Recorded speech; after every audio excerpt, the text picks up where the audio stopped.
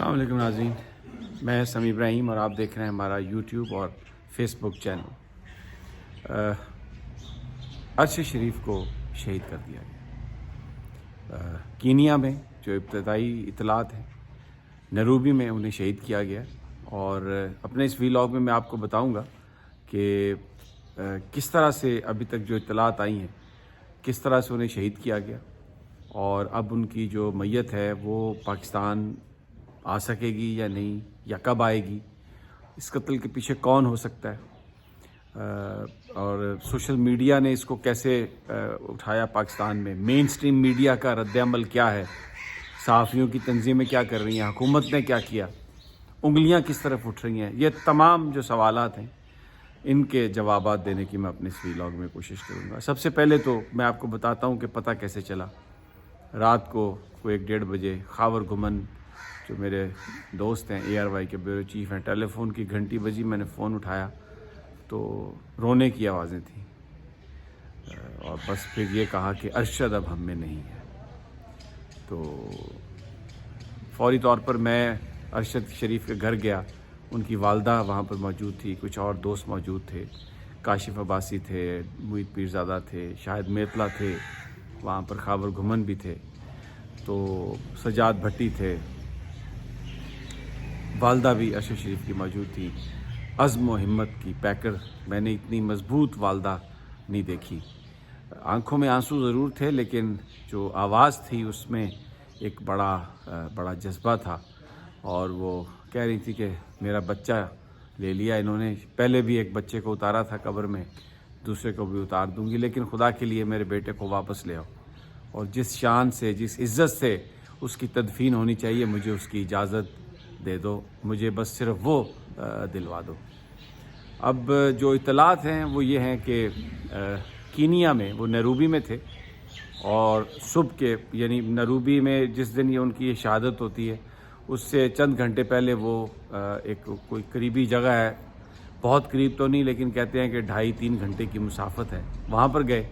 اور جب واپسی پہ آ رہے تھے تو ان کو سنائپر شاٹ، جو رپورٹ آئی ہیں، جو جو ٹویٹ اکاؤنٹس میں آئی ہیں، کیونکہ ابھی تک تو نہ حکومت پاکستان کچھ بتا رہی ہے، اور نہ ہی کینیا میں پاکستانی ہائی کمیشن اس حوالے سے کچھ بتا رہا ہے۔ کینیا پولیس کی ایک ٹویٹ، ایک ان کے بیان کو کوٹ ایک ٹویٹر کر رہا ہے کہ کچھ عام لوگوں نے حملہ کیا اور اس میں گولی ان کو لگی، اور وہ شہید ہو گئے۔ لیکن جو ہماری اطلاع ہے، جو خاندانی ذرائع اور ان قریبی دوستوں سے معلوم ہوئی ہے جن کے ساتھ ارشد شریف ڈیلی بیسس پر ان کانٹیکٹ تھے، ایک کالے رنگ کی گاڑی تھی جس میں وہ گئے اپنے ایک دوست کے ہمراہ، اور جب واپس آ رہے تھے تو پیسنجر سیٹ پر تھے، تو ایک سنائپر شاٹ رائفل کا، اب جو سنائپر شاٹ ہے دور سے چلتی ہوئی گاڑی میں، یہ کوئی عام آدمی نہیں لے سکتا، بڑا ٹرینڈ، اور پھر اس میں ایک پورا، کیونکہ اس میں کیلکولیٹ کرنا ہوتا ہے کہ فاصلہ کتنا ہے، گاڑی کار اگر موو کر رہی ہے تو وہ کس سپیڈ سے موو کر رہی ہوگی، جو ونڈ سپیڈ ہے وہ کتنی ہے، بڑی کیلکولیشن کے بعد وہ شاٹ مارا جاتا ہے، کیونکہ اطلاعات کے مطابق صرف ارشد شریف کے سر میں گولی لگی ہے، اور وہ وہیں پر انسٹنٹلی ہی ڈائٹ، جبکہ دوسرے جو صاحب تھے ان کے بارے میں بتایا جاتا ہے کہ انہوں نے ہی اطلاع دی، اور کہ ارشد شریف جو ہیں وہ اس دنیا میں نہیں رہے۔ تو یہ کون ہے، اور دوسری یہ میں ان کی آئیڈینٹی کے بارے میں نہیں جانتا۔ تو لیکن جو بات سوشل میڈیا پر چل رہی ہے اس میں اس کو مختلف رنگ دینے کی کوشش کی جا رہی ہے۔ یہ کہا جا رہا ہے کہ جی شاید وہ کسی ڈرگ ڈیلر کے ساتھ بیٹھے ہوئے تھے، ان کی گاڑی پر فائرنگ ہوئی ہے، اس میں ان کو لگا ہے، پھر یہ کہ پولیس کو کوئی ان کا کوئی اسپیشل یونٹ ہے کینیا کا پولیس کا، ان کو کوئی شک گزرا تو انہوں نے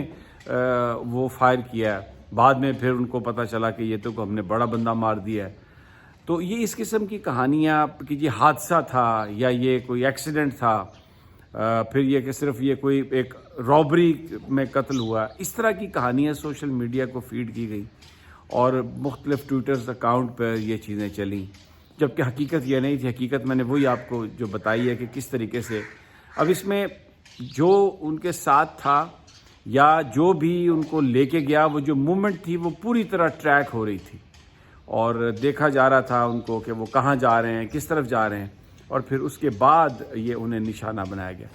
یہ بڑی تکلیف دہ باتیں ہیں، کیونکہ اس کے بعد گورنمنٹ آف پاکستان بھی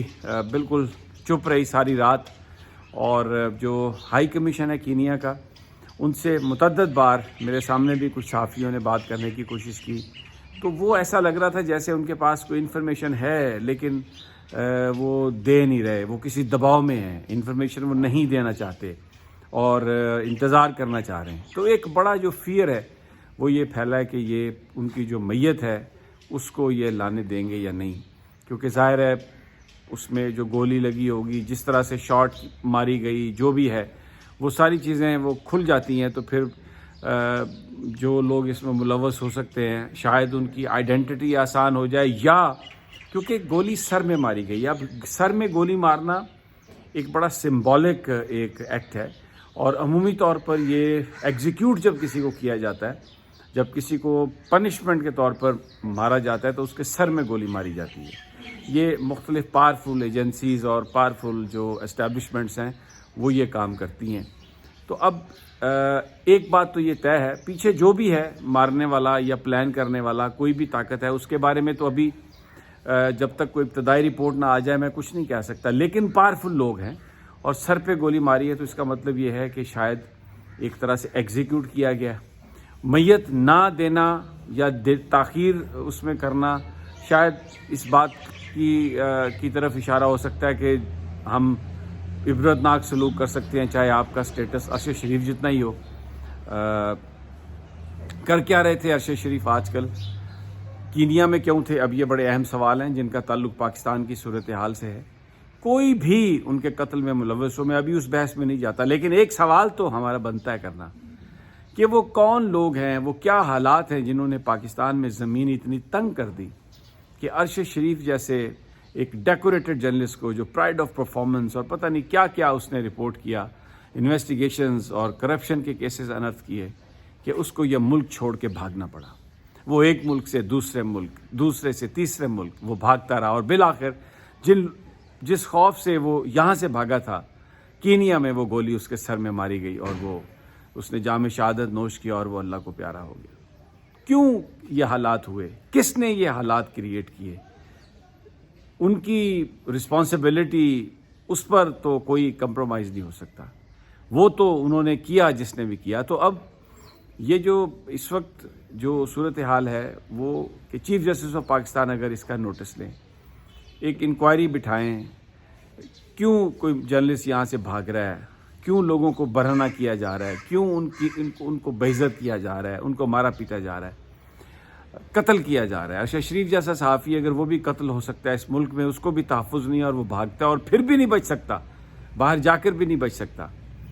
تو کیا یہ قتل کا مقصد سب کو خاموش کرانا ہے، ڈرا دھمکا کر سب کے منہ بند کرنا ہے؟ ایسا تو ہونے والا نہیں ہے۔ یہ 22 کروڑ کا ملک ہے، بڑے یہاں پر غیرت مند لوگ ہیں اور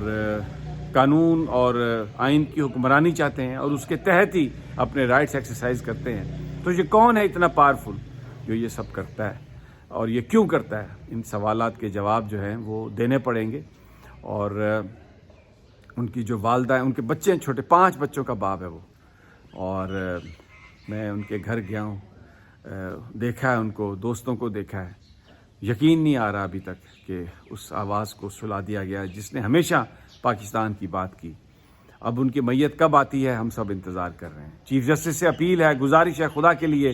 وزارت خارجہ کو بلا کے کہیں